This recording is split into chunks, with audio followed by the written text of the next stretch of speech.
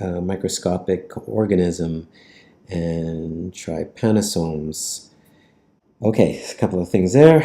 It talks about agglutination, and agglutination comes up pretty regularly, and agglutination is the clumping of cells due to an antibody-antigen interaction.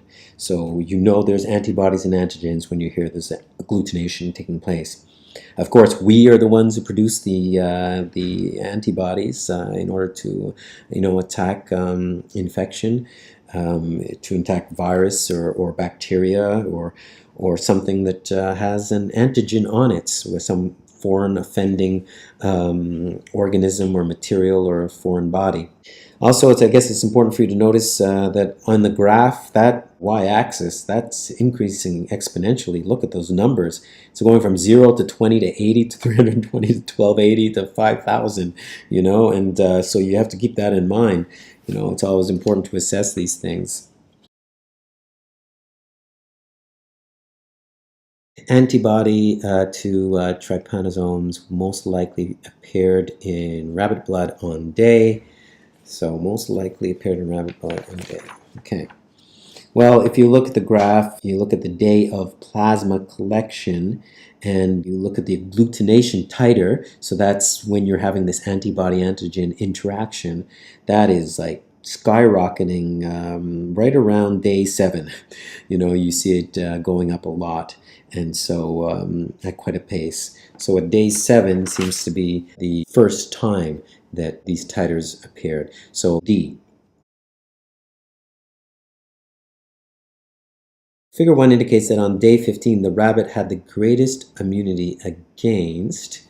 So we're going to look at that. Keep in mind that the rabbit now is the mammal. It's creating these antibodies against the antigen, which is the invading organism, these trypanosomes. And so we want to see where it had the greatest effect on day 15. And looking at day 15, going right up as high as you can, you see that it is graph 4 on day 15 that has the highest level. So we say day 4 trypanosomes. So now they've got you warmed up. You should be challenged a little bit more.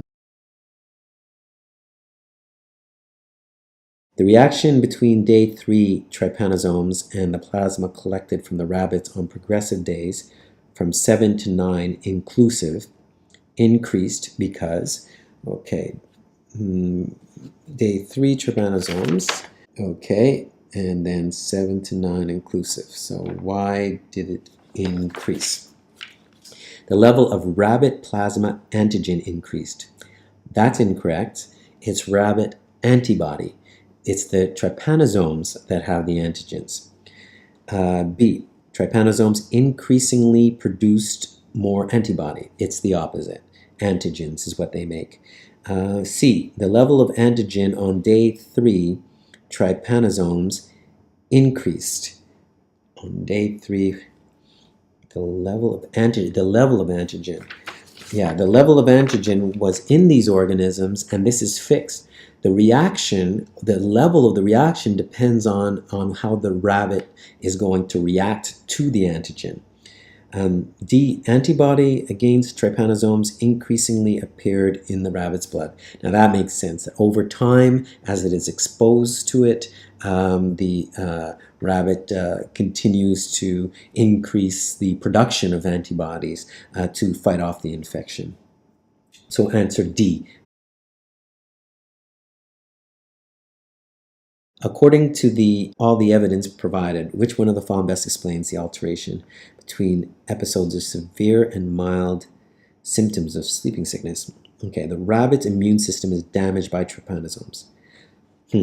Well, if it was the problem that the immune system was damaged, you wouldn't expect for them to have recurring episodes of mild symptoms. You'd expect it to get severe, and then the rabbit would die if its immune system is really damaged, but not that it's cyclical like this.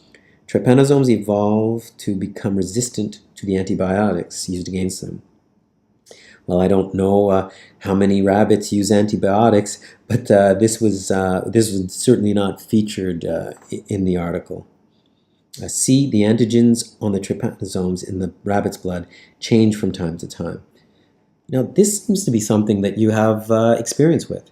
Most people have had the common cold. What is the common cold? It's this virus that invades our body, and we fight it off after a certain period of time, and then it comes back in different seasons. It just alters itself a little bit.